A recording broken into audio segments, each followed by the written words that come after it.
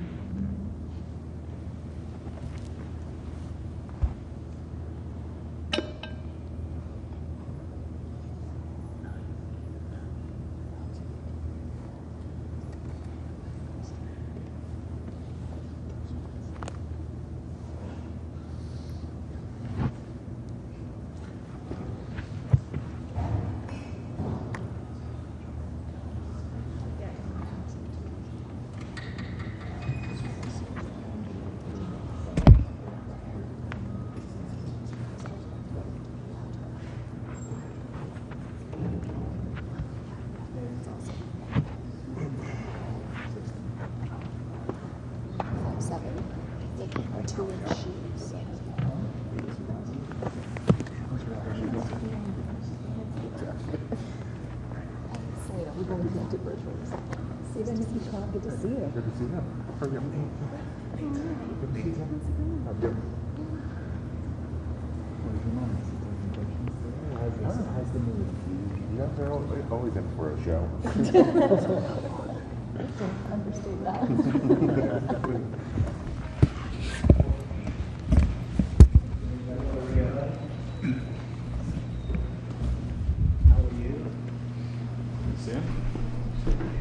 Thank you very much.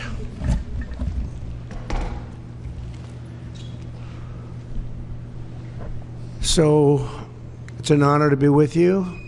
We'll discuss a couple of points. We'll take some questions later if you'd like. I'm sure you might have one or two. I'd be shocked if you didn't. I'd be very impressed. But I'm honored to welcome one of the most accomplished business leaders of our time, the founder and CEO of SoftBank, everybody knows, Masayoshi Son. Masa runs one of the largest companies in Japan and among the most successful investment and technology companies anywhere in the world, one of the most successful investors in the world. And we've just concluded a very productive meeting, and today I'm thrilled to announce that SoftBank will be investing $100 billion in America, creating 100,000 American jobs at a minimum. And he's doing this because he feels very optimistic about our country since the election. And many other people are also coming in with tremendous amounts of money. You probably noticed that a poll was just taken. It's business is literally in 39 years, there's been nothing like it. It's been the biggest increase. Small business owners gave it a 41% jump. It's the biggest jump that we've had in 39 years. And nobody's ever seen anything like it. And it's just, they're very optimistic.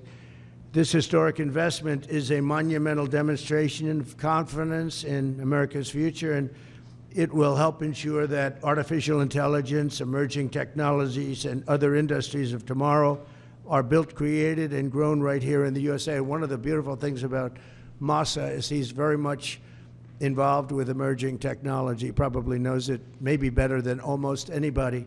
So it's a great honor, and some of you remember after the 2016 election, also SoftBank committed to invest $50 billion in our country, and they did. And I'm very pleased to say that they kept that promise in every way, shape, and form, and now they're looking to do 100, and I've looked at their books. They do have the possibility of doing more. I'm going to ask them to do a little bit more, but first I'm going to ask him to speak and just to say a few words. Masa, please. Thank you. Thank you. Please. Thank you. Thank you. Thank you very much. Appreciate it. Thank you, Howard. Thank you so much. I'm very, very excited. I would really like to celebrate the great victory of President Trump. And my confidence level to the economy of the United States has tremendously increased with his victory.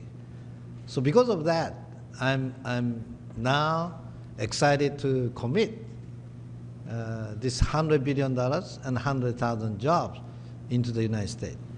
This is double of last time, as President Trump said.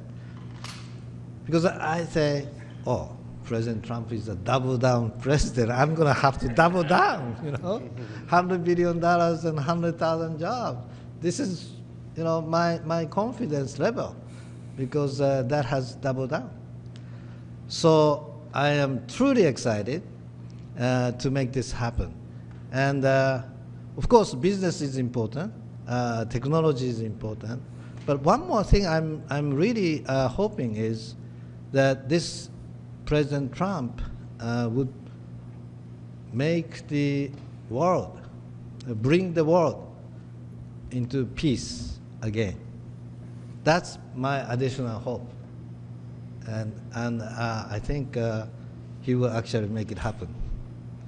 So anyway, I'm excited to go, and we were discussing, and President Trump said, Masa, double down is not enough. Maybe, go for more, right? That's what I'm going to ask him right now. Would you make it $200 billion instead of that?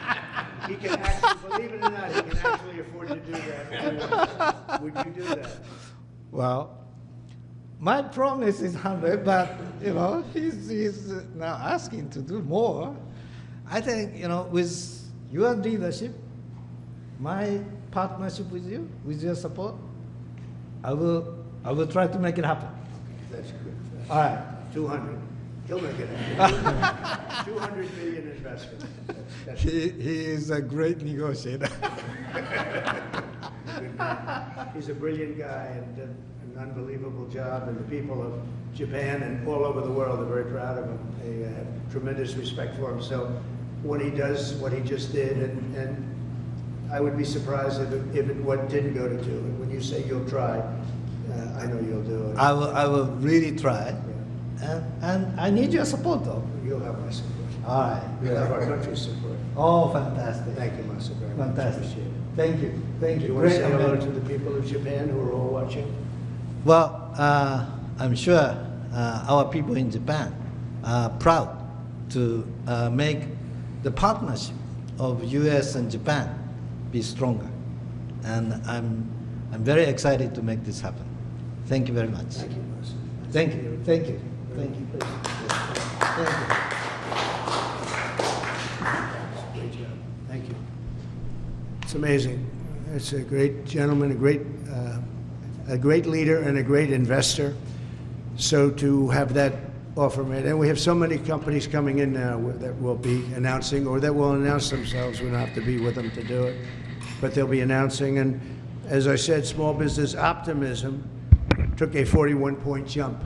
41 points. It went up 41 points. That's unheard of. And that's the biggest they think in recorded history, but they know at least a minimum of 39 years, so that's great. But on behalf of the American people, I want to thank Masa for his faith in what's happening with our country and what's happening with the world. There's a whole light over the entire world. Many people, some reporters, and speaking to them, they said, it actually is true. A couple of them are not necessarily friends of mine, but they said it is actually true that there's a light shining over the world. We're trying to help very strongly in getting the hostages back, as you know, with Israel and the Middle East. We're working very much on that. We're trying to get the war stopped, that horrible, horrible war that's going on in Ukraine, with Russia, Ukraine. We're going to, we've got a little progress. It's a tough one. It's a nasty one. It's nasty. People are being killed at levels that nobody's ever seen. It's very level fields, and the only thing that stops a bullet is a body, a human body. And the number of soldiers that are being killed on both sides is astronomical. I've never seen anything like that. And rapidly, I get reports every week, and it's not even, it's like just they're going down. Nobody's seen anything like it. It's a very flat surface, a very flat land. That's why it's great farming land. It's the breadbasket for the world, actually. But it's very flat, and there's nothing to stop a bullet but a body. There's no protection, no nothing, and what's happening there is far worse than people are reporting for both sides. So we're going to do our best, and we've been doing our best, and we'll see what happens. But since the election, I've been working every day to put the world at ease a little bit, to get rid of the wars. We had no wars when I left office, and now it's the whole world is blowing up. But there's great optimism, and you saw that by SoftBank. Starting on day one, we'll implement a rapid series of bold reforms to restore our nation to full prosperity. We're going to go full prosperity and to build the greatest economy the world has ever seen, just as we had just a short time ago. We had it in my term. We had the greatest economy that the world had seen. We were blowing away everybody. Our country was doubling up on China, doubling up on everybody, and everybody knows it. And then we had to slow it down with COVID, unfortunately, at the end. But even then, I gave it back with a substantial increase of the stock market, bigger than it was pre-COVID, so it was pretty amazing. Already preparations are underway to slash massive numbers of job-killing regulations, eliminating 10 old regulations for every new one. You put a new regulation on, you have to get rid of 10, and we'll be able to do it. And that was about the percentage we had. We cut more regulations than any president has ever cut, by far, actually, by approximately 5 times. Some of those regulations, unfortunately, were put back on, but we'll catch up very quickly. We'll catch up with it. One of the things I'd like to ask the Biden administration, as you probably heard, there are 2 events that took place. We're talking about a friendly takeover, a friendly transition, as they like to say. This is a friendly transition, and it is, but there are 2 events that took place that I think are very terrible. One is that if people don't come back to work, come back into the office, they're going to be dismissed. And somebody in the Biden administration gave a 5-year waiver of that, so that for 5 years, people don't have to come back into the office. It involved 49,000 people. For 5 years, they don't have to go. They just signed this thing. It's ridiculous. So it was like a gift to a union, and we're going to obviously be in court to stop it. The other thing is really terrible. We spent a tremendous amount of money on building the wall. The wall was designed specifically by the Border Patrol because it's very hard to climb.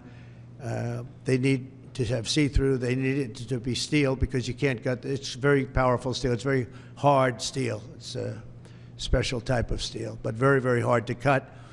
Inside the steel, as you know, we pour concrete, and that's a grade 10 concrete, which is a very strong concrete, very as though you were building about a 60-story building. It's very powerful concrete. They've made tremendous technology advances in the word concrete. Who would think that? But I know that from the construction industry. Today, what you can do with concrete is incredible. So we have a very strong concrete. And then we have a rebar. We put rebar inside the concrete, and the rebar likewise is very hard to cut. So it's a very expensive process, very expensive wall. And then we put a anti-climb plate on the top. You saw that. And I didn't like the look of it, but then when I watched, we had people testing. We had mountain climbers actually testing, and they were not able to get over the anti-climb plate. So I said, all right, I guess we're going to put it on. That plate on top, which I never loved the look of it, but it works so unbelievably well, you have to do it. So we spent a lot of money on building it, and we have hundreds of miles that we put up. A lot of people don't realize, but we did 571 miles of wall. That's why we had such good records, in addition to the fact that Mexico helped us with their military. They kept people out, and they were actually very good under the past leader. But now we ordered an additional 200 miles of wall. It's very expensive. And now it's about double the price of what it would have been 6 years ago. And the administration is trying to sell it for 5 cents on the dollar, knowing that we're getting ready to put it up. And what they're doing is really an act. It's almost a criminal act. They know we're going to use it, and if we don't have it, we're going to have to rebuild it, and it'll cost double what it cost years ago, and that's hundreds of millions of dollars, because you're talking about a lot of wall.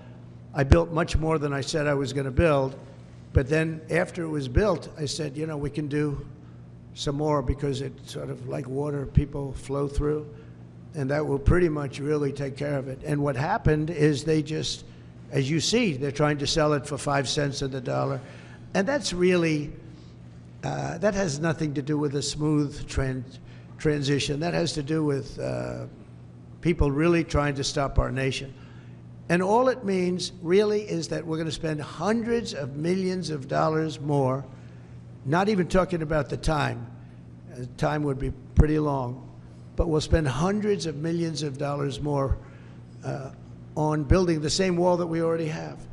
And people have already come back to us that have deals at 5 cents and 4 cents, and one guy at 3 cents on the dollar, and they offered to sell it back to us at more money than it cost us to build substantially. Can you believe it?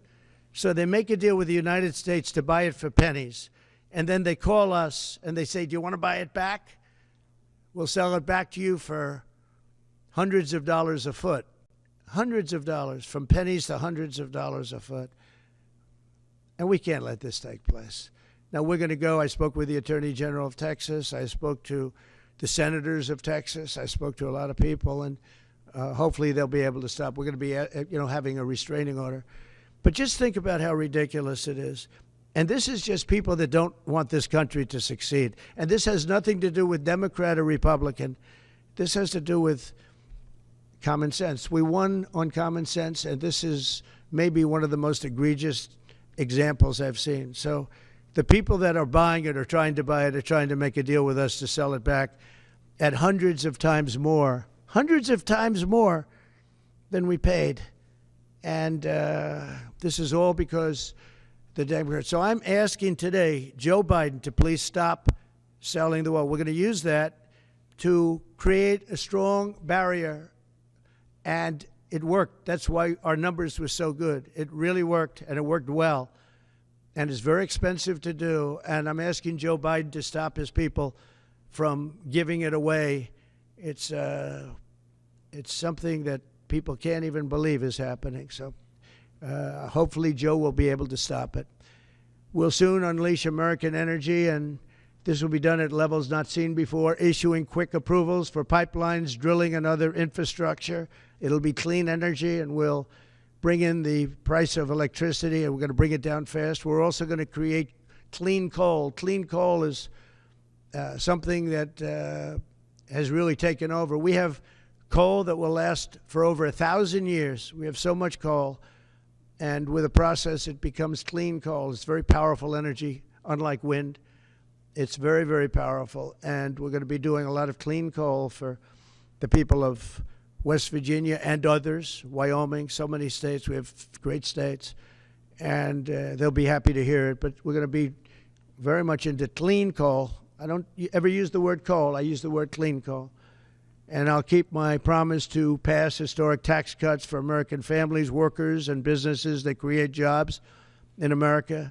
As you know, we're giving tax cuts if they do it here. We brought it down from 44%, 42%. In some cases, it was 39%. We brought it all the way down to 21%. And now we're bringing it down to 15%, but only if they make their product, their car, or whatever they're doing in the United States, in the U.S. And people are thrilled. I've had the smartest people on Wall Street call me. They said, where'd you get that idea? And it doesn't seem that complicated, right? But it's it's like the paperclip. Nobody ever thought of it.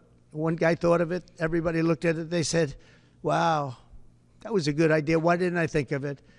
But we're bringing it down 6 more points, and that will put us really at the best level we've ever had for bringing in business. We've never been down to that level.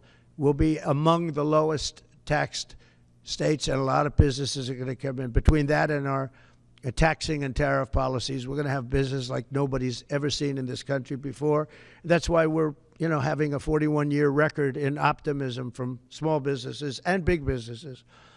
And I'll keep my promise to pass historic tax cuts for families, workers and businesses that create jobs in America. Any business that invests $1 billion or more in the United States will be eligible for fully expedited permits and approvals, including environmental approvals from the federal government. So when companies come in, if they're going to invest $1 billion or more, there'll be many of them, and they'll go into Detroit, and they'll go into a lot of places where we want them. You saw how well I did with the auto workers. We did unbelievably. You saw how well we did with the Teamsters, and also the non-union were record 98%, 97%. Nobody's ever got numbers like that because we're bringing business back, and they're all coming back. We lost them over years of stupidity, I call it. I call it the years of stupidity, the decades of stupidity. Through the Department of Government Efficiency, Elon Musk has been working very hard with various people, including Vivek. We'll going to eliminate hundreds of billions of dollars of waste and fraud, and I can only tell you, I'll give you a little early report, they're finding things that you wouldn't even believe. So we're looking to save maybe $2 trillion, and it'll have no impact. Actually, it'll make life better, but it'll have no impact on people. It's not like we will never cut Social Security or things like that. It's just waste, fraud, and abuse. And we'll immediately restore the sovereign borders of the United States and stop illegal immigration, which is costing us, I believe, trillions of dollars a year. I think it's a cost that nobody's ever seen anything like it. I don't know how can you be satisfied releasing prisoners into the United States. Think of this. You're releasing prisoners from jails all over the world, not just in South America. From the Congo, I would talk about it all the time. They're a very big sender of people. But from all over the world, they're sending prisoners out of their jails. Some of their jails are empty, and they will be empty soon if this ever continued. I spoke with the president of Mexico, and as you know, I spoke with Justin Trudeau of Canada, and we told them it's not fair, not right. You can't let these people come into our country. And they understand. They're very much on notice. And they're going to have to stop this from happening. They're going to have to stop it. We lose a lot of money to Mexico. We lose a lot of money to Canada, tremendous amount. We're subsidizing Canada. We're subsidizing Mexico. That can't go on. And I get along with the people of Mexico and Canada very well, but we can't let that happen. Why are we supporting and giving other countries hundreds of billions of dollars? It's not fair. It's not right. And the people of Mexico and Canada fully understand that. We've talked about it before, but now we're doing something about it. We started, and then we had to fix the COVID situation, and that's what we did. But now we're doing it. We're doing it from the beginning. Howard will be largely in charge. We'll be working on it together. Howard's terrific. He's done a fantastic job, and he's really helped us a lot with transition. I think we have fantastic people coming in. So all of these policies will help us rapidly defeat inflation, create millions of new jobs, and put money in the pockets of the hardworking families of our country, pay off debt. We're going to be paying off a tremendous amount of debt. We're $36 trillion. You don't want to be there. And we're going to be using a lot of the money that we make. We're going to be opening up a lot of businesses that are going to be pouring in because of our tax policy. And we're going to use the money that we made to pay off debt and to reduce taxes. We're going to further reduce taxes. If you remember when we reduced them last time, that brought a tremendous amount.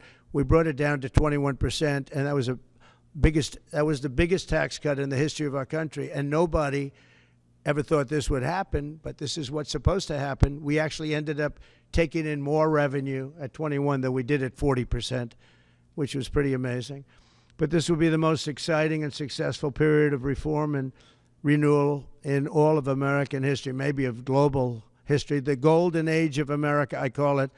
It's begun. So it's the golden age of America, and that's what it's going to be. And we hope we don't have any intervening problems, because things happen. Like out of nowhere came the China virus. Out of nowhere came other things we don't want to have. You know, when I left, we had no wars. We had no problems. The Middle East was good. We did the Abraham Accords. We did things that nobody thought were even possible. But think of it, 4 years ago, we had no wars. You didn't have Russia going into Ukraine. They wouldn't have done it. They weren't even thinking about it. When they saw what happened in Afghanistan, I think they gave them an idea. But they wouldn't have done it. They would have never gone. President Putin would have never gone in. And now you look at all those people are dead. All those cities are destroyed. You know, it's nice to say they want their land back, but the cities are largely destroyed. They've left Kiev because probably maybe they want to use it or occupy it, but they haven't done it. They've done a lot of damage, but relatively compared to the other cities, very little. But many of those cities are gone. Those beautiful towers, those beautiful buildings that they had are now laying on their sides, destroyed, totally destroyed. The turrets and all of the magnificent 1,000-year-old, 2,000-year-old structures that were very strong are blown to smithereens. You look at some of those cities and not one building standing. So, you know, when you say take over the country, take over what? Take over what? That's a 100-year rebuild. Take 100 years to rebuild it, and you can never have it the way it was. What a shame. It should have never happened. It would have never happened. If I were president, that war would have never happened. Nor would Israel have happened with the attack on Israel. So we're inheriting big challenges at home and all over the world. Again, we had no wars. We had no problems. We had no inflation. We had it less than 1%. Perfect number. And then we had inflation, the likes of which I say, I don't believe the country's ever seen inflation like that. They say 38 years. I don't know. I think it's probably ever. But we're going to take care of all of it. We're going to get the prices down by energy. The energy is going to come in. We have more energy than anybody else. We're going to use it.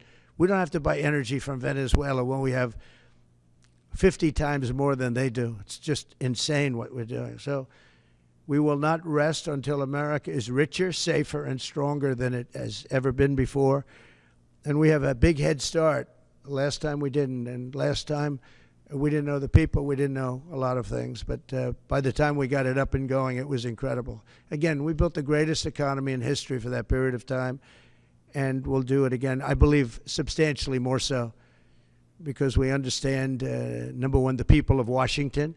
I know them. I didn't know any of them virtually. I relied on other people for recommendations. Some were very good recommendations. We had some great people. Bob Lighthizer, I thought, was great. We had a lot of great people.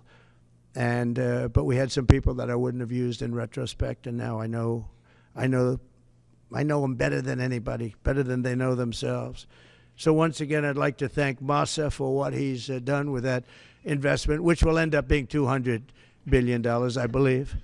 But I just want to thank him. He's just an outstanding man. When you have that kind of brain power wanting to invest in this country, and that's money that he can't invest elsewhere. So that's a big investment, but makes me feel very good. Makes me feel that we're absolutely on the right track. So thank you to Masa, and we'll take a couple of questions. Yeah, please.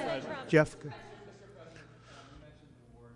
Can you tell us what you said to Prime Minister Netanyahu in your call on Saturday? Yeah. And have you spoken to President Putin since your election? Well, I'm not going to comment on the Putin question, but I will comment on Bibi. We had a very good talk. We discussed what is going to happen, and I'll be very available on January 20th, and we'll see. As you know, I gave warning that if these hostages aren't back home by that date, all hell's going to break out, and very strong. But we generally just discussed, I asked him, where are things? Mike Waltz they're doing a great job, by the way. Everybody is very happy. I think he's doing a fantastic job. But he was very much involved in the call. But it was a recap call more than anything else. President Trump, how do you plan to stop the ban on TikTok next month?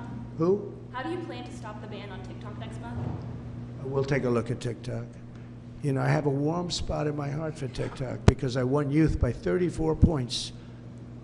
And there are those that say that TikTok had something to do with that. Now, Joe Rogan did, and some of the other people that were recommended by my son Barron, he knew names. I said, who is that?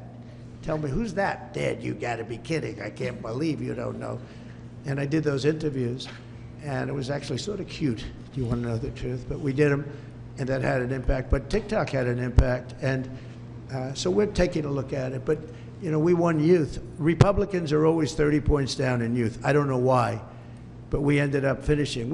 There was one poll that showed us down about 30. We were 35 or 36 points up with young people. So I have a little bit of a warm spot in my heart, I'll be honest. Yes, President Trump.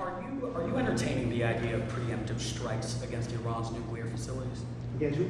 Against Iran's nuclear Well, I facilities? can't tell you that. Would you? I mean, it's a wonderful question, but how can am I going to do preemptive strikes? Why would I say that? Can you imagine if I said yes or no? You'd say, that was strange that he answered that way. Am I going to do preemptive strikes on Iran?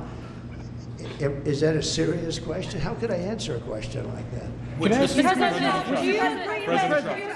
you Say it? Would you be in support of Israeli strikes on Iran's nuclear How could I facilities? tell you a thing like that now? It's just so you don't talk about that before something may or may not happen. You know, just I don't want to insult you. I just think it's just not something that I would ever answer having to do with there or any other place in the world. President Trump.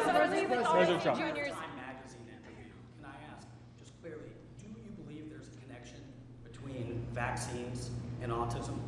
Do you believe there's a link? Well, I don't look. Right now, you have some very brilliant people looking at it. I had dinner the other night with the head of Pfizer, the head of Eli Lilly, and RFK, as you know, and Oz. And we had, and other people within the administration that are involved, the medical.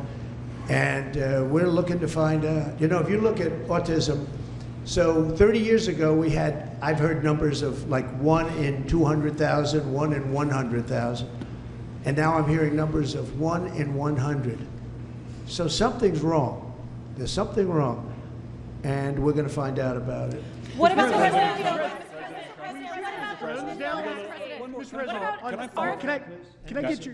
Can I follow up on Robert Kennedy? He's on the Hill today. He's meeting with senators.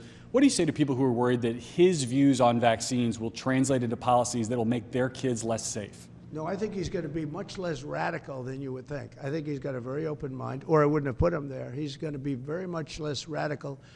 But there are problems. I mean, we don't do as well as a lot of other nations, and those nations use nothing. And we're going to find out what those problems are. And another thing that came up, the dinner was fascinating because I had Bobby and I had, again, the head of Pfizer. You know who that is. He's a highly respected man who has run an incredible company. Likewise with Lilly, the top two people. And we had the head of the industry also. So all companies were represented. And I said, let's have it out now a little bit. And you know what came out of that meeting is that we're paying far too much because we're paying much more than other countries. And we have laws that make it impossible to reduce. And we have a thing called the middleman. You know the middleman, right? The horrible middleman that makes more money, frankly, than the drug companies, and they don't do anything except they're a middleman. We're going to knock out the middleman. I'm going to be very unpopular after that statement. Mr. President, I don't know who these middlemen are, but they are rich as hell. And we're going to knock out the middlemen. We're going to get drug costs down at levels that nobody has ever seen before. And that really, I tell you, we spent more time talking about that with Bobby and with the executives and Oz, all of them. We spent more time talking about that than anything else. can I ask a follow-up-related follow-up? Thanks, President Trump. What about the polio vaccine? Well, I'm a big believer in it, and I think everything should be looked at, but I'm a big believer in the polio vaccine, the Salk vaccine. Do you think schools should mandate vaccines? Do you think schools should mandate vaccines? I don't like mandates. I'm not a big mandate person. So, you know, I was against mandates. Mostly Democrat governors did the mandates, and they did a very poor thing. It was, you know, in retrospect, they made a big mistake having to do with the education of children. You know, they lost like a year, 2 years of their lives. The mandate was a bad thing. I was against the mandate. So is that something you'd want to? Yes, please. Do you expect Ron DeSantis to appoint Laura Trump to Senator Marco Rubio's seat? No, I don't. I probably don't, but I don't know. Ron's doing a good job. That's his choice, nothing to do with me. Laura's unbelievable. I mean, she was incredible. The job she did at the RNC as chairman, along with Michael Whatley, the combination. But I can just speak for Laura. She is so highly respected by women. I mean, even her workout routines are through the roof. She lifts 150 pounds. I don't know how the hell she does it. She's a bad example for men and women's sports because I wouldn't be able to beat her, I don't believe. I'd try like hell.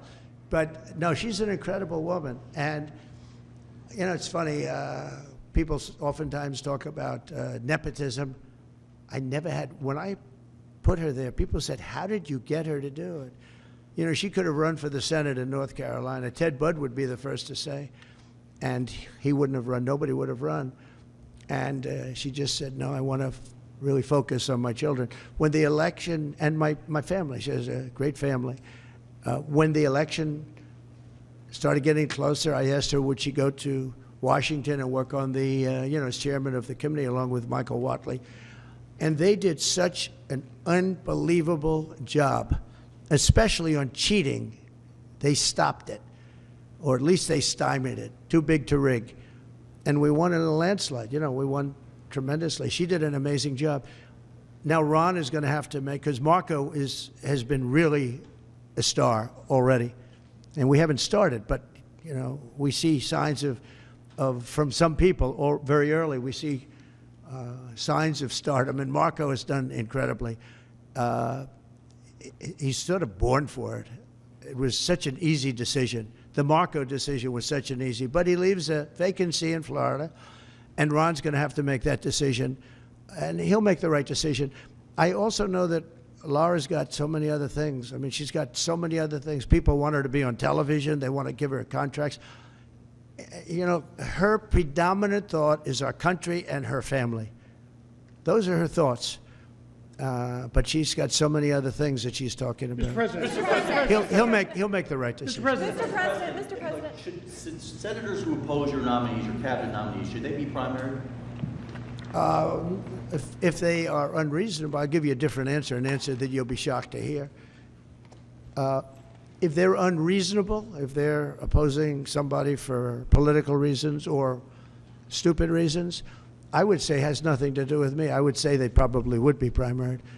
But if they're reasonable, fair, and really disagree with something or somebody, I could see that happening. But I do believe that if they're I think we have great people. I think we have a great group of people. Pam has been unbelievably received. You take a look, Pam Bondi. So many have been just unbelievably received.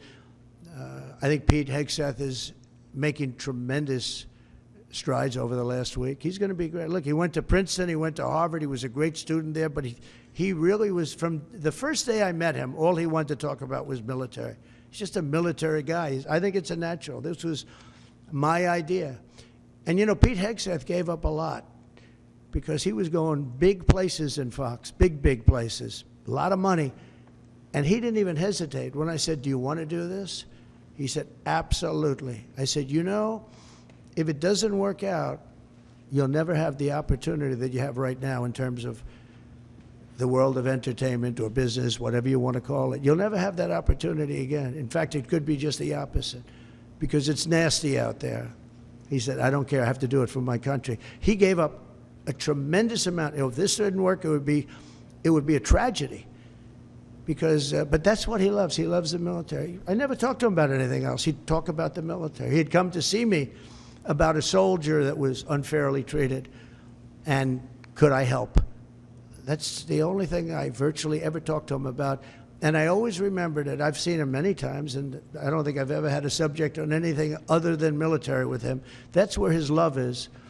And he didn't say, well, I'd like to think about it. I'd like to talk to my family. He said, not even a contest. And, you know, he was going through the roof over there. He was doing great. They have the #1 show that Saturday and Sunday with Will and Rachel. That was great chemistry. And if this didn't work out for him, it would be actually sort of tragic. Yeah. Would you consider pardoning Eric Adams? Yeah, I would. Yeah. I think that he was treated pretty unfairly. Now, I haven't seen the gravity of it all, but it seems, you know, like being upgraded in an airplane many years ago. I know probably everybody here has been upgraded. They see you're all stars, and they say, I want to upgrade that person from NBC. I'm going to upgrade him. and that would mean you'll spend the rest of your life in prison. I don't know. Somehow, I hope not. I mean, I'd have to see it because I don't know the facts. I think he was treated. You know, it's very interesting when he essentially went against what was happening with the migrants coming in, and you know, he made some pretty strong statements like, "This is not sustainable." I said, "You know what? He'll be indicted soon," and I said it not as a prediction, a little bit lightheartedly, but I said it. I said he's going to be indicted, and a few months later, he got indicted. So yeah, I would certainly look at it. Yes. Mr. President, Trump. can I ask you a question about the drones? With 900 troops in Syria, are you planning on pulling them when you get into office, or will you make? Well, you know, we had 5,000 troops along the border, and I asked a couple of generals, so we have an army of 250,000 in Syria, and you had an army of 400,000. They have many more people than that. Turkey is a major force, by the way, and Erdogan is somebody I got along with great, but he has a major military force, and his has not been worn out with war. It hasn't been worn out with all of the other things. I mean, he's built a very strong, powerful army. And so we have 5,000 soldiers in between a 5 million person army and a 250,000 person army. And I asked the general, "What do you think of that situation?" He said, they'll be wiped out immediately. And I moved them out and I took a lot of heat. And you know what happened? Nothing. Nothing. I saved a lot of lives. Now we have 900. They put some back. But 900, if you're talking about two, now one of the sides has been essentially wiped out, but nobody knows who the other side is. But I do. You know who it is? Turkey. Okay? Turkey's the one behind it. He's a very smart guy. They've wanted it for thousands of years, and he got it. And those people that went in are controlled by Turkey. And that's okay. It's another way to fight. But no, I don't think that I want to have our soldiers killed. But I don't think that will happen now anyway because the one side's been decimated. Mr. President, I want to ask you a question about the drones. Are the drones concerned about more unrest in that region, or do you think it will calm? Well, nobody knows what the final outcome is going to be in the region. You know, nobody knows who really the final. I believe it's Turkey, and I think Turkey is very smart. He's a very smart guy, and he's very tough.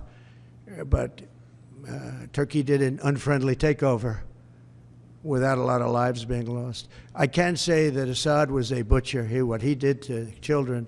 You remember I attacked him with the 58 missiles, unbelievable missiles coming from ships 700 miles away, and every one of them hit their target. But I did that. That was the red line in the sand. Obama drew it, and then he refused to honor what he did. He said, if anybody goes across the red line, and Assad killed many more children after that, and Obama did nothing, but I did.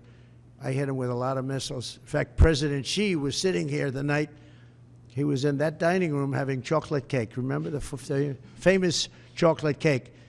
But and that's when I explained what we were doing as the missiles were shot. And it was amazing as to precision because every one of those missiles hit its target from a long distance away. Had President Obama drawn the line and where it meant something, you wouldn't have even had Russia there. But in the end, I never understood why Russia went there. They were not getting very much out of it. But now their time is taken up with Ukraine, and we'd like to get them to stop on Ukraine, and Ukraine stop also. As you know, when I went to the cathedral, which was fantastic, the job that they've done in France, and the job that Macron, Emmanuel did a phenomenal job on the rebuilding of that cathedral. It's magnificent, and they did a great thing. And they had great respect for our country. They treated me, meaning I'm the country, I'm the representative of our country, and we were treated with great respect. And one of the people that came to pay his respects is, as you know, Ukraine, Zelensky. And he would like to have peace. He wants peace. Everyone's being killed. It's the worst carnage that this world has seen since World War II. I've had pictures of fields where bodies are lying on top of bodies. Looks like the old pictures of the Civil War where just bodies are all over. Just If you saw those pictures, you'd feel more strongly about it. It's got to stop. And we're trying to get it to stop. Well, we're gonna see. We're going to be talking. We'll be talking to President Putin, and we'll be talking to the representatives, Zelensky and representatives from Ukraine. We got to stop it. It's carnage. What about the fear here at home of the drones? Thank you. Good to see you. Good to see you. Can you comment on the drones that are flying around New Jersey and ports? It seems like the American people have a big disconnect. The government knows what is happening. Look, our military knows where they took off from. If it's a garage, they can go right into that garage. They know where it came from and where it went. And for some reason, they don't want to comment. And I think they'd be better off saying what it is. Our military knows, and our president knows. And for some reason, they want to keep people in suspense. I can't imagine it's the enemy, because if it was the enemy, they'd blast it out. Even if they were late, they'd blast it. Something strange is going on. For some reason, they don't want to tell the people, and they should, because the people are really, I mean, they happen to be over Bedminster. Will you shoot them down? They're very close to Bedminster. I think maybe I won't spend the weekend in Bedminster. I've decided to cancel my trip. Have you received an intelligence briefing on the drones? I don't want to comment on that. Have you been do you have any reason to think they're a threat? Two quick questions. First, on vaccines, do you want RFK Jr. to revoke any vaccines? No, I want him to come back with a report as to what he thinks. We're going to find out a lot. We're doing two things. We're going to have tremendous cost savings that will come out of this. That's a minimum. And we're also going to have, and I think, very serious discussions about certain things, whether it's pesticides. Europe doesn't use pesticides, and yet they have a better mortality rate than we do. They don't use pesticides. In fact, they use it as an excuse not to take our farm product.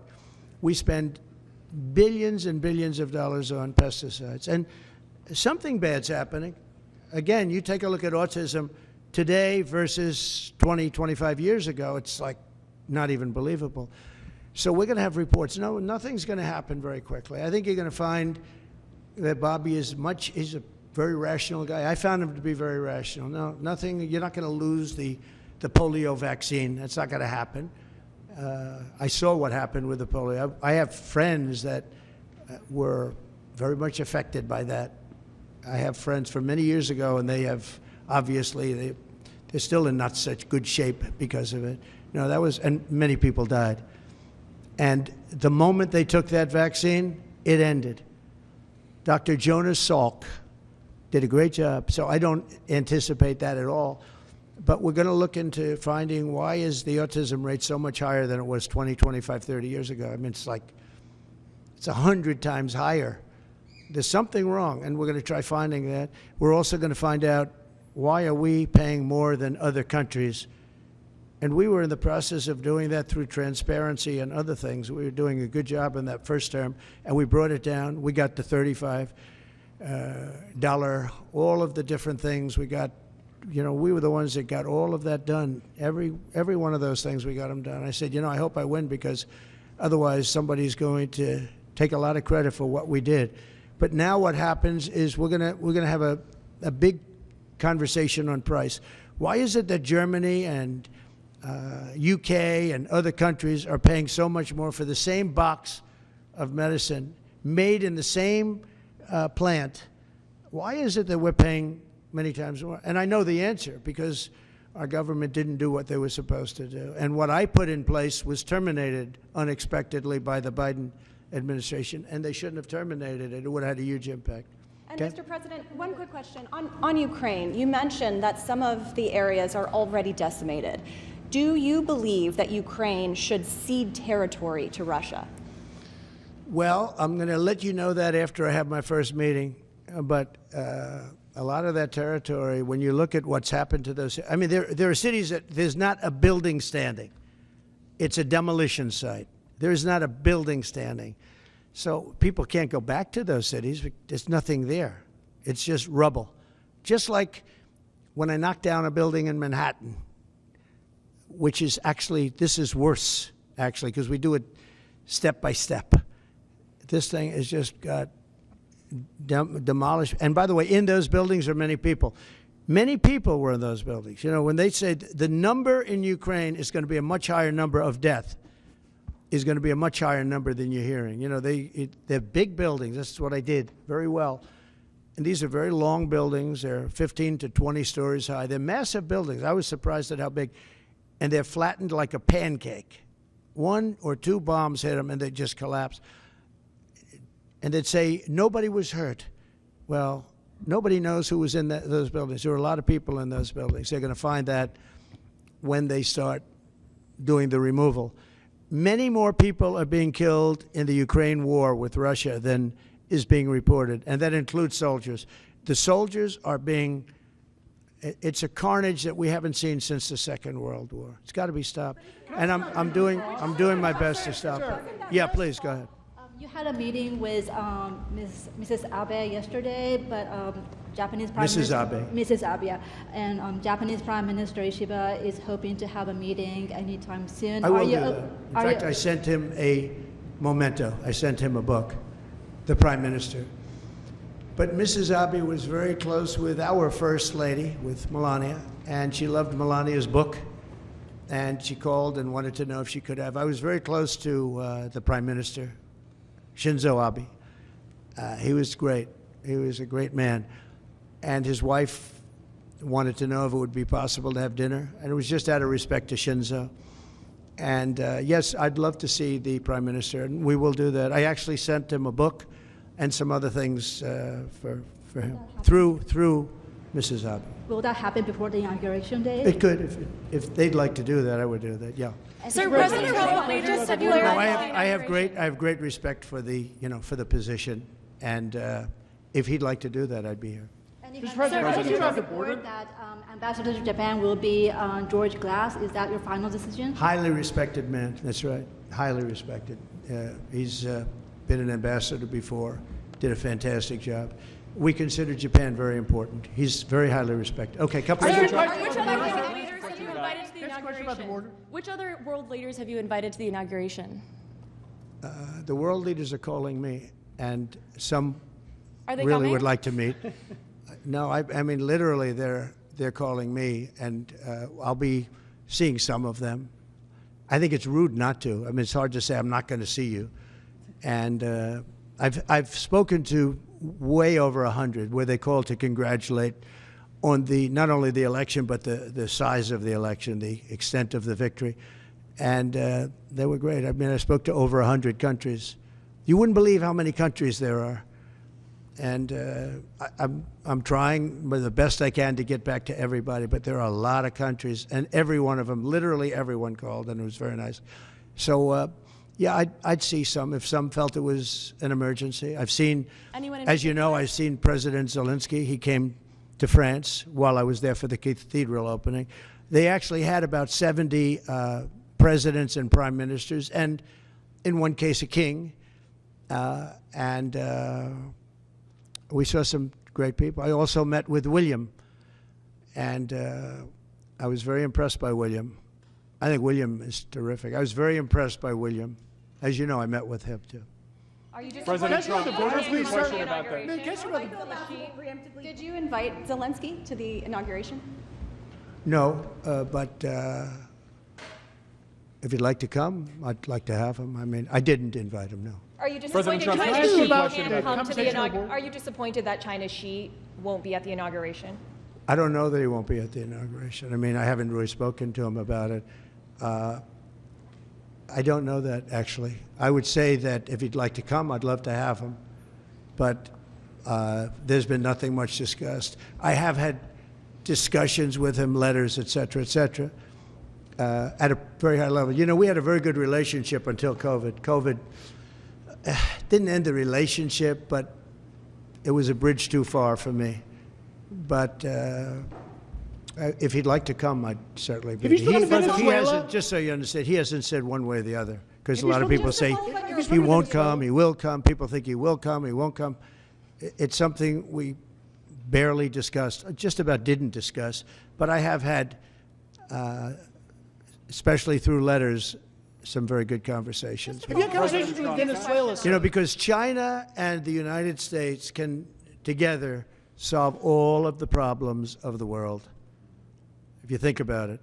So it's very important. And, you know, he was a friend of mine. I mean, he was here for a long time, right in that spot, except sitting in a very comfortable chair. He wasn't standing like you are.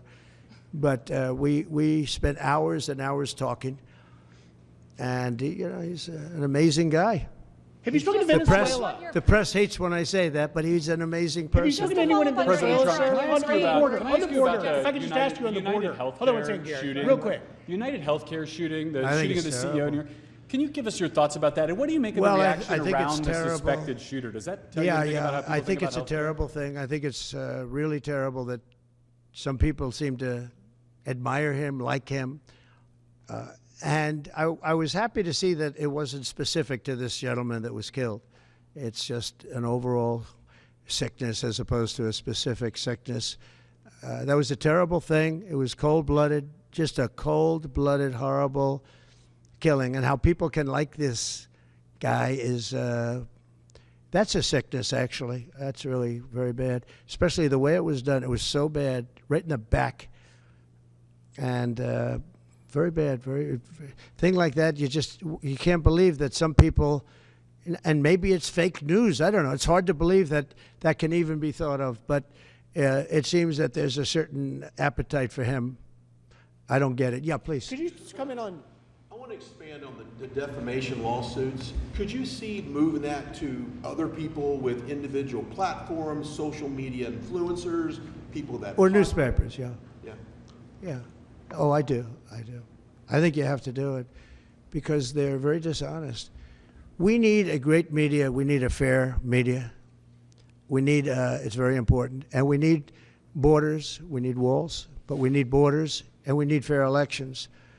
You look at California, millions and millions of ballots were sent out. They're still counting the vote in California with the machines. They're counting the vote. If you had paper ballots, the votes would have been counted 4 weeks ago, 3 weeks ago. Now, you need fair elections, you need borders, and you need a fair press. And the press is, no, I see others. I have a few others that I'm doing. I'm going to, as an example, I'm doing this not because I want to. I'm doing this because I feel I have an obligation to. I'm going to be bringing one against the people in Iowa, their newspaper, which had a very, very good pollster who got me right all the time. And then just before the election, she said I was going to lose by 3 or 4 points, and it became the biggest story all over the world because I was going to win Iowa by 20 points. The farmers loved me, and I loved the farmers. And it was interesting the way she did it. She brought it down 2 weeks before. She said I was going to only win by 4. That was a big story. But that was good because she brought it down from like 22 points to 4 or whatever the number was, way up. Way up, an easy win. We never even thought to go there. I respect them, I love them, and they understand there's no reason to go there because she brought it from way up, walk away, which it was, and it turned out to be in the election too, by the way. It was a win by many, many points. And then she brought it down very smartly to 4 a couple of weeks before, and everyone said, wow, that's amazing. He's only up by 4 points. Then she brought it down to where I was down by 3 or 4, whatever number she used. And that was the Des Moines Register, and it was their parent. And in my opinion, it was fraud, and it was election interference. You know, she's gotten me right always. She's a very good pollster. She knows what she was doing. And she then quit before. And we'll probably be filing a major lawsuit against them today or tomorrow. We're filing one on 60 Minutes, you know about that, where they took Kamala's answer, which was a crazy answer, a horrible answer, and they took the whole answer out and they replaced it with something else she said later on in the interview, which wasn't a great answer, but it wasn't like the first one. The first was grossly incompetent. It was weird. And that was fraud and election interference by their news magazine, a big part of CBS News. So as you know, we're involved in that one. We're involved in one which has been going on for a while and very successfully against Bob Woodward, where he didn't quote me properly from the tapes. And then on top of everything else, he sold the tapes, which he wasn't allowed to do. He could only use them for reporting purposes, not for sale purposes. And he admits that. and I think we'll be successful on that one. And we have one very interestingly on Pulitzer, because reporters at the New York Times, Washington Post got Pulitzer Prizes for their wonderful, accurate, and highly professional reporting on the Russia hoax. Well, it turned out to be a hoax, and they were exactly wrong. People, like many people, John Solomon, Sean Hannity's not for Pulitzer, but Sean Hannity got it right. Many people got it right. Tucker got it right. Jesse got it right. Laura got it right. Janine got it right. A lot of people got it right. They didn't get anything. They gave it to reporters that got it absolutely wrong. And now everybody admits it was a hoax. And I want them to take back the Pulitzer Prizes and pay big damages. And I think we're doing very well on that one. They have no excuse for it. They gave a Pulitzer Prize to writers that got Russia wrong. And so I think we're doing well. And I feel I have to do this. I shouldn't really be the one to do it. It should have been Justice Department or somebody else, but I have to do it. It costs a lot of money to do it, but we have to straighten out the press. Our press is very corrupt, almost as corrupt as our elections. Are you worried about Venezuela? Sir, if you had any discussions with Venezuela? For January 6th defendants, you had said in the first few minutes of your administration you want to issue pardons for January 6th defendants. Yeah. Does that include, will that be a blanket pardon? Does that include Well, you'll find everyone? out, but it's going to go quickly. And just to follow up on your Have you had any discussions, sir, with in terms of your mass deportation plans, have you had any preliminary discussions with countries like Venezuela, from where the Tren de Aragua gang is now popping up? They'll take them back. They're going to take them back? They're all taking them back, yep. And if they don't, they'll be met very harshly economically. Okay, they'll all take them back. You know, Venezuela and other countries were not behaving very well with us during my administration, and within 24 hours they were behaving very well. They'll all take them back. And separately, can I ask a follow-up Jeff, on that? nice to see you, Jeff. This is like the old days, right? Nice to see you too. You look much better now than you did 4 years ago. What are you doing? What's he doing? All right, go ahead. Thank you, sir. The first day you just mentioned that you're in office, I imagine you've got some executive orders that you're going to go through. Can you tell us what We'll have a lot. Well, what are your priorities? I'll bet you could tell, you could say as well as I could. We will have many executive orders and other things that we'll be signing on the first day. Can you also, just going back to my initial question about the Middle East, you said that your conversation with Prime Minister Netanyahu was kind of a review. Did you repeat We that just had threat? a very good conversation. And, you know, the real conversations will start on the 20th. But we had a really good conversation, and I think we're going to be in a good place in the Middle East.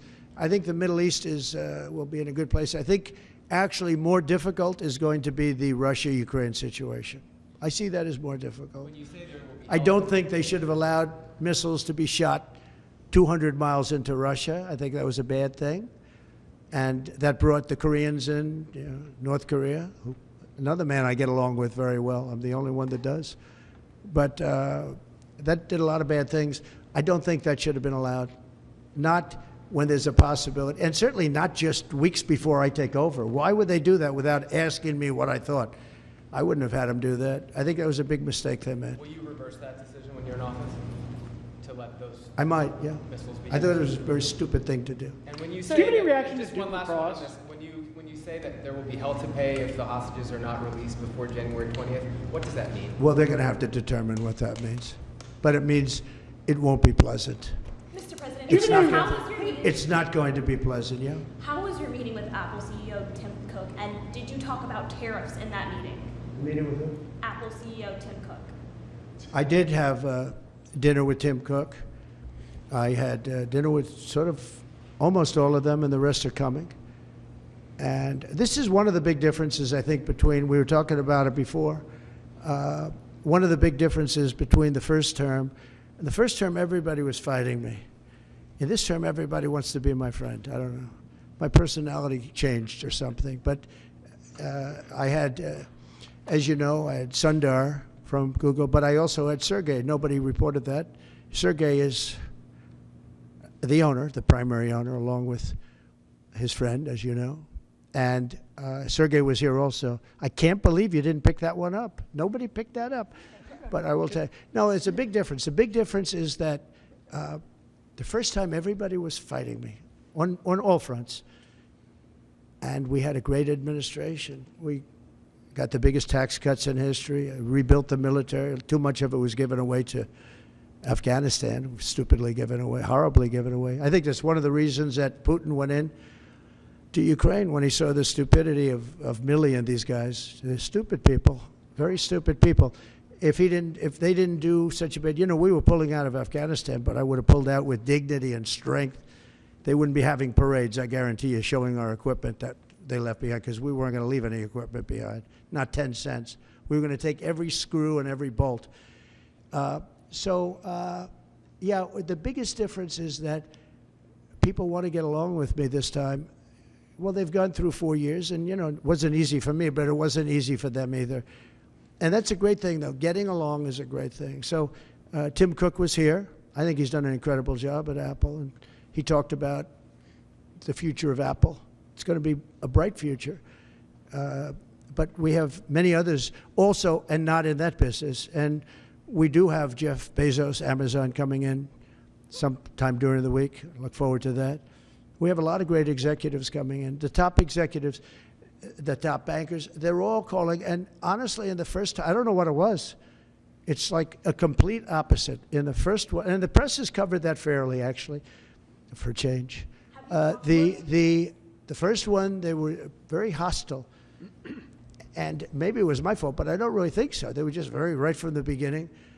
And this one is much less hostile. It's really the opposite of hostile. Can I get your reaction Well, on you're free to Duke give up a Lacrosse, sir? thought. I know that you had some, I believe, involvement 18 years ago with the students at Duke accused of rape in the Lacrosse. Now we have this development. I thought it was a hoax when it happened, the Duke situation.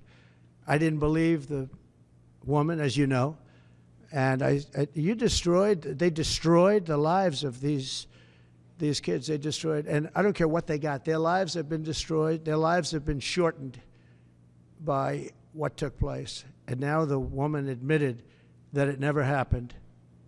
That is a horrible. And as you know, I took a lot of heat when I said that this did not happen. And those kids were beautiful kids with beautiful families, and they were, in some cases, will never be the same. They will never be the same. Have you talked to them by chance? Your thoughts on the Postal Service? You mentioned Bezos a second ago, and I've always thought Bezos would be a key person to go in there and really streamline the logistics of the post office, but they lose billions. Well, there is talk about the Postal Service being taken private. You do know that.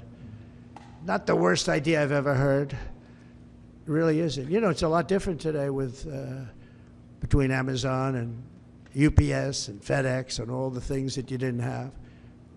But there is talk about that. It's an idea that a lot of people have liked for a long time. We're looking at it. I think we're looking at that along with a lot of us. Any questions for Howard, by the way? Commerce. Sure, I'll ask one. Mr. Incoming Secretary, do you see another trade deal with China coming?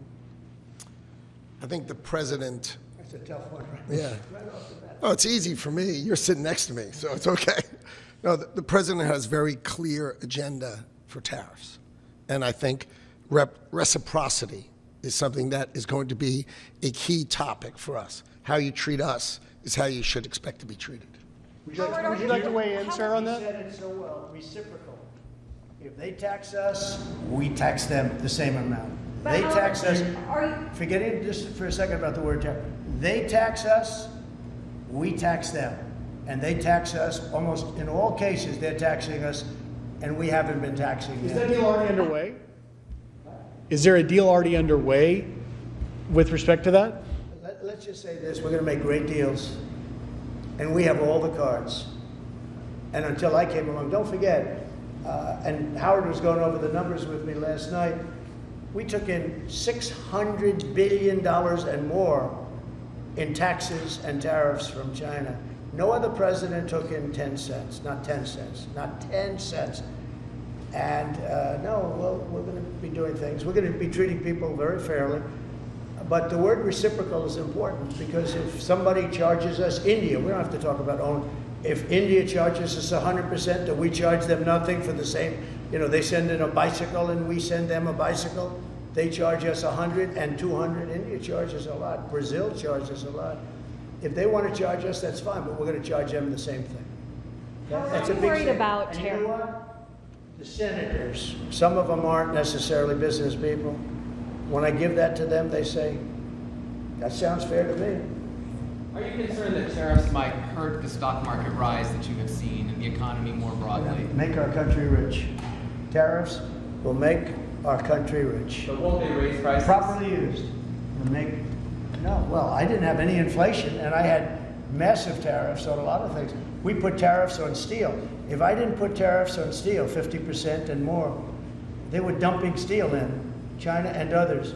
I put tariffs on, and it stopped, and we took a fortune. We made a fortune on it. Tariffs, properly used, which we will do, and being reciprocal with other nations, but it'll make our country rich. Our country right now loses to everybody. Almost nobody do we have a surplus with. There are a couple of countries, and they're embarrassed by it, but almost nobody. And tariffs will make, I always said, to me, tariffs, the most beautiful word in the dictionary. It'll make our country rich. You go back and look at the 1890s, 1880s, McKinley, and you take a look at tariffs, that was when we were at our proportionately the richest. Mr. Did you get to a good spot? Back on Ukraine, Mr. President. What should Zelensky, if anything, be prepared to give up to end this war? He should be prepared to make a deal. That's all. Got to be a deal. No, got to be a deal. Too many people being killed. That is a war that's hard. Too many people. Got to make a deal. And Putin has to make a deal too. What deal would you think? Putin has to make a deal, and Putin would have never gone in if I was president. If I was president, we wouldn't have had inflation. Our oil prices would have been lower. I had a good relationship with Putin. He would have, despite the Russia hoax, which made it more difficult, if we had that election, if it were an honorable election, we wouldn't have had any of the problems that we're talking about right now. Putin would have never got in. Based on your understanding. You said that you could make that deal before you take office. Do you still think you could make that deal? I'm going to try. Will you ask Based on Putin to give up Assad? Well, I hadn't thought of it. I think we have to get on with our lives. We'll have to see what happens. But right now, Syria has a lot of, there's a lot of indefinites. Nobody knows what's going to happen with Syria. But I think Turkey is going to hold the key to Syria, actually. I don't think you've heard that from anybody else, but I've been pretty good at predicting. I want to thank you all, and we're going to make America great again. Thank you very much. Thank you very much, Howard. And you can continue.